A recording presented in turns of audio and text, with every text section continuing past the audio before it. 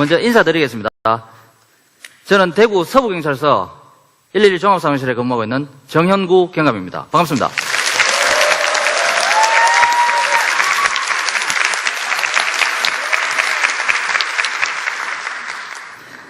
저는 대한민국 경찰입니다. 지금은 경찰 생활을 하면서도 성폭력 예방 전문 강사로도 활동을 하고 있습니다. 저는 오늘 여러분들과 함께 성폭력 예방이라는 결코 가볍지 않은 주제에 대해서 말씀을 드리려고 합니다. 한 재작년쯤이었습니다. 재작년 이맘때쯤이었는데 지하철 에스컬레이터에서 몰카를 찍은 사람을 잡아놓았다는 112 신고가 접수가 됩니다. 저는 관할 순찰차를 현장에 출동을 시켰고 현장에 출동한 경찰관이 지하철 직원으로부터 범인을 인계받아서 확인을 해보니까 고등학교에 다니는 남학생이었습니다. 이 친구는 며칠 전 친구들과 함께 에스컬레이터 몰카 동영상을 보았고 그리고 자기도 몰카를 찍어보려고 시도를 하다가 지하철 직원에게 붙잡히게 된 것입니다. 조사 결과 기존에 추가 범행도 발견이 되지 않고 당연히 전과도 없었고 학생인 점을 감안을 해서 간단한 조사만 하고 학생의 어머니를 불러서 귀가를 시켰습니다. 그리고 이 사건은 저희 기억 속에서 사라져가고 있었습니다. 며칠 후 자신의 집 안방에서 목숨을 끊은 사람이 있다는 112 신고가 접수가 됩니다. 저는 평소 하던 대로 저희 경찰서에서는 3일에 1건에서 2건 정도는 자살 신고가 접수가 됩니다. 그래서 순찰차를 그리고 형사들을 현장에 출동을 시켰습니다. 한 2시간 후쯤 사건 처리 결과를 보고받은 저는 큰 충격에 빠집니다. 스스로 목숨을 끊은 사람은 얼마 전 지하철에서 몰카를 찍은 학생의 어머니였습니다. 그리고 그 어머니의 죽음을 발견한 사람은 바로 그 몰카를 찍은 학생이었고요. 어린 학생이 한순간의 잘못된 판단으로 사랑하는 어머니까지 잃게 되는 아주 비극적인 그런 사건이었습니다.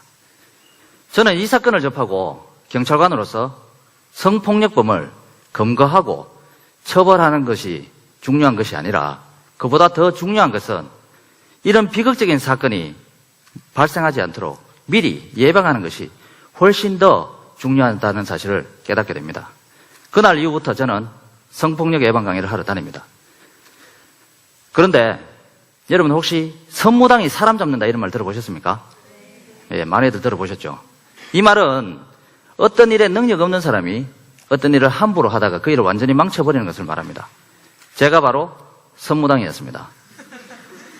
성폭력에 대해서 제대로 교육을 받은 적도 없었습니다. 현장에서 성폭력범 그냥 잡아서 근거한 게 다였습니다. 근거하고 그 다음에 처벌한 게 다였습니다. 그리고 성폭력에 대해서 진지하게 고민해 본 적도 없습니다.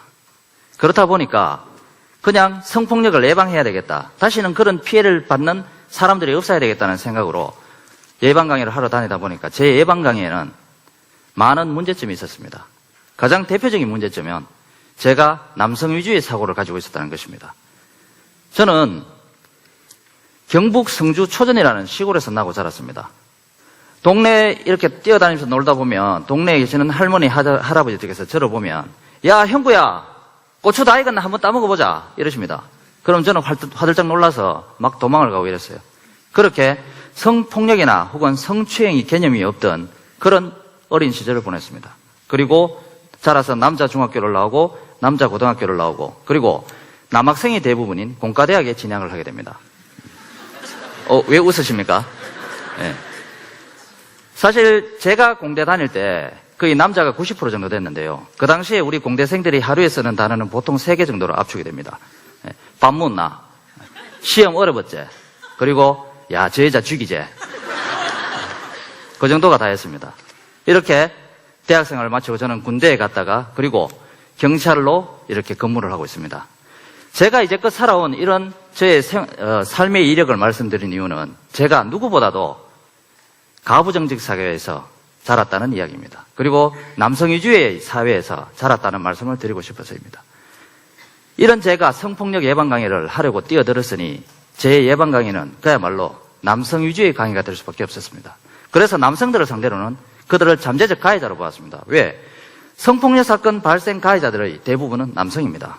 그렇다 보니 멀쩡한 우리 남자분들을 앞에 앉혀놔놓고 너희들 장래에 성폭력하면 형사처벌 받고 신분상 불이익은 받는 거는 당연한 거고, 그리고 폐가 망신한다. 이렇게 교육을 했습니다. 그러니까 앉아 계시는 분들 기분이 어떻겠어요?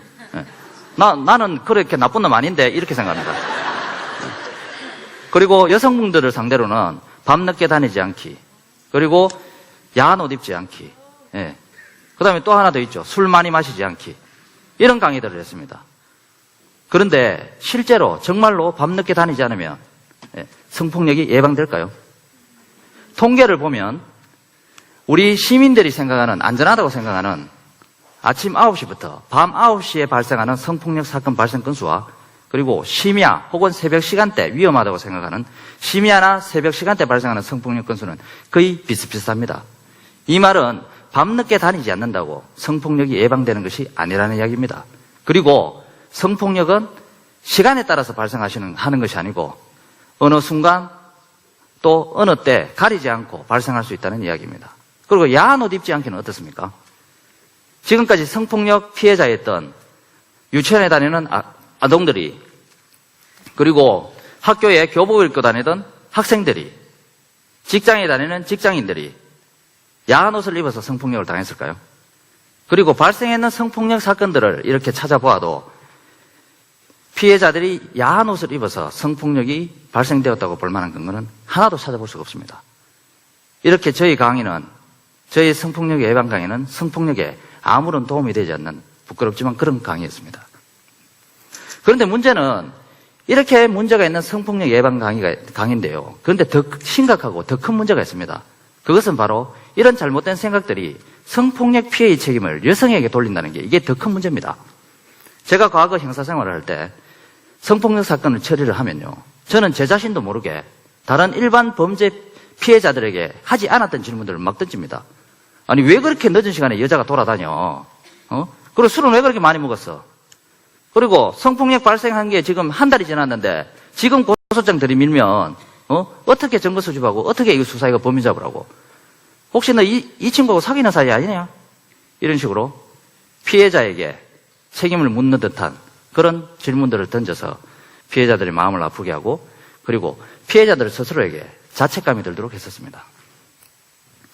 그런데 제가 성폭력에 대해서 하나 둘씩 알아가면서 저의 이 잘못된 남성주의 사고가 아무런 책임 없는, 그리고 아무런 잘못 없는 여성 피해자들에게 혹은 그냥 피해자들에게 얼마나 마음에 깊은 상처를 주었는지 깨닫기 시작했습니다.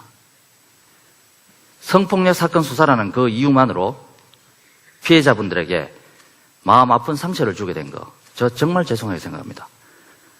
이미 10여 년이 지났지만 저는 오늘 이 자리를 빌어서 제가 조사했던 성폭력 피해자분들, 그리고 다른 성폭력 피해자분들에게 꼭 드리고 싶은 말씀이 있습니다. 성폭력은 여러분들의 잘못이 아닙니다.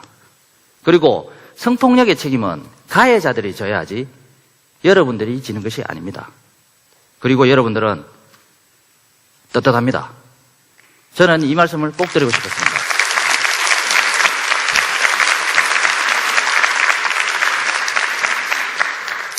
그런데요, 제가 이렇게 성폭력 예방 강의를 진행을 하고, 그리고 경찰관으로서 성폭력범을 검거하고 처벌하면서도 사실 저는 제 마음속에는 이것은 나의 일이 아니다, 남의 일이다라는 생각이 있었습니다.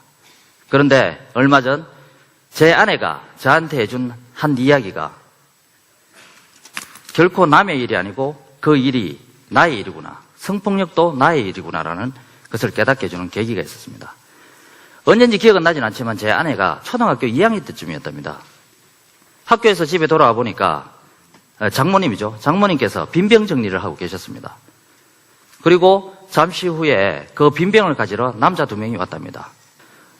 그래서 빈병을 이제 수거하러 다른 사람이 왔었어요. 그리고 빈병 정리를 마친 이제 장모님은 저희 아내에게 엄마는 시장 갔다 올 테니까 집 잘 보고 있어 라면서 집을 나가버리십니다. 제 아내 혼자 집에 남게 됩니다. 잠시 후 빈병을 가지러 왔던 남자 중에 한 사람이 제 아내의 가슴을 더듬으면서 추행을 하기 시작했습니다.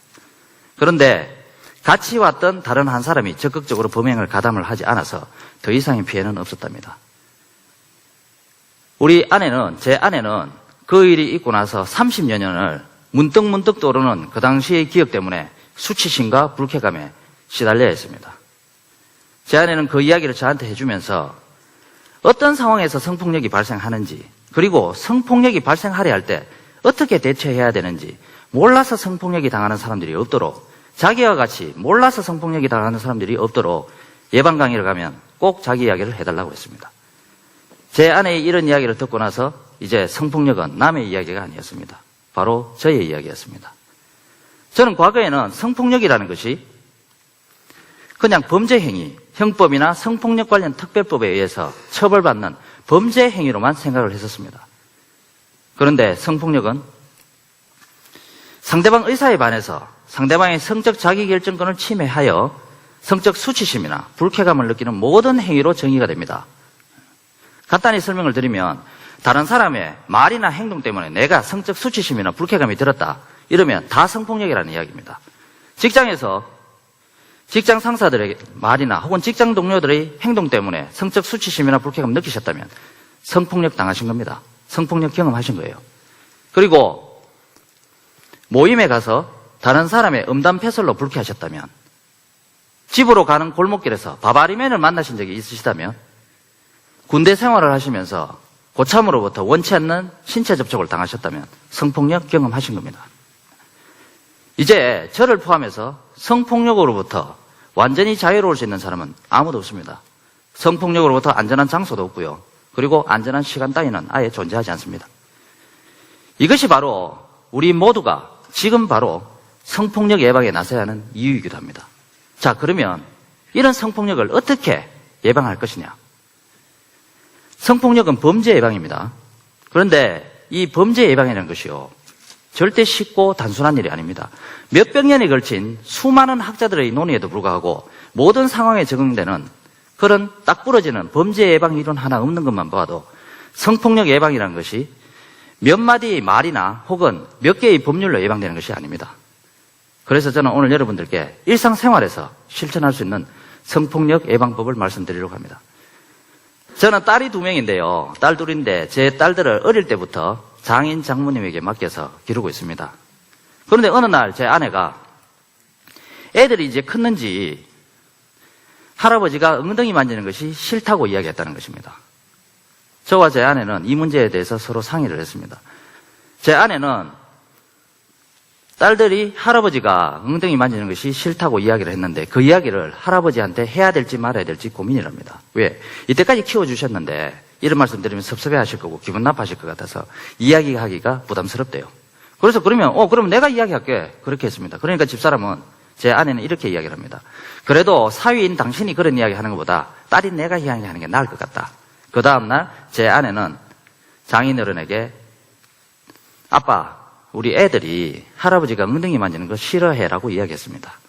장인어른은 이때까지 입히고 재우고 먹이고 목욕시키고 똥기저귀 갈아가면서 키워왔던 손녀들이 귀여워서 엉덩이 한번 만지는 것도 못 만지게 하는 사위하고 딸이 굉장히 섭섭하셨을 것 같아요. 그런데 우리 장인어른은 이 섭섭한 마음보다는 딸들을 사랑하는 마음이 훨씬 더, 손녀를 사랑하는 마음이 훨씬 더 컸습니다. 그래서 그 이후로는 엉덩이를 만지진 않으십니다. 과거 제가 성폭력에 대해서 잘 모를 때였다면 우리 딸들이 만약 저에게 아빠, 할아버지가 엉덩이 만지는 것이 싫으라고 이야기했으면 저는 그 자리에서 야, 할아버지가 니들 다 키웠어. 엄마 아빠는 한 일 없어. 그리고 할아버지가 니들 귀여워서 엉덩이 만지는 건데 그 정도는 이해해야지라고 이야기를 했을 겁니다. 만약 그랬다면 우리 딸들은 이야기해도 소용없네. 내가 조금 싫어도 참고 견뎌야 되네. 이렇게 생각을 했을 겁니다. 그랬다면 지금까지 피해자들처럼 자기가 싫어하는 행동을 다른 사람이 하더라도 그냥 참고 견디고 그 고통을 혼자 감내해야 됐을지도 모릅니다. 그런데 다행히 제 딸들은 싫다는 말을 저와 아내에게 해주었고, 그리고 저와 아내는 그 말을 잘 받아들여 주었습니다.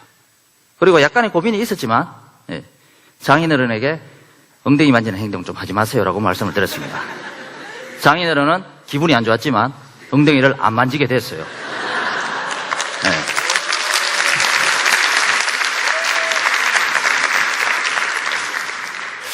그런데 이 일이 제가 박수 받으리라고는 꿈에도 생각 못했습니다. 어쨌거나 이렇게 평소에 상대방의 어떤 행동이나 말에 대해서 싫다고 말을 할 수 있도록 하기 위해서는 평소에 훈련을 해야 됩니다. 평소에.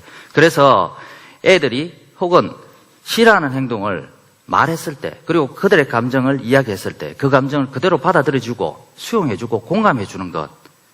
또한 상대방이 어떤 문제 제기를 했을 때, 나는 이런 행동이 싫어요라고 문제 제기를 했을 때 잘 듣고 그 행동을 받아들여서 나는 이런 행동을 하지 않겠다고 그 행동을 바로 중지하는 것. 그리고 이런 상황에 있어서 적극적으로 개입을 하여서 피해자의 편에 서서 그들을 격려하고 지지해 주는 것으로 성폭력은 예방될 수 있다고 저는 생각합니다. 지금까지 저는 경찰관으로서 그리고 성폭력 예방 전문 강사로서 생활을 해본 바 성폭력 예방이 그렇게 만만하고 쉬운 일은 아닙니다. 그리고 성폭력 예방이 하루아침에 이루어질 수 있는 일도 아니었습니다.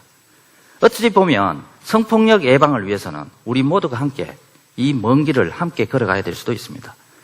아프리카 속담에 빨리 가려면 혼자 가고 멀리 가려면 함께 가라는 말이 있습니다.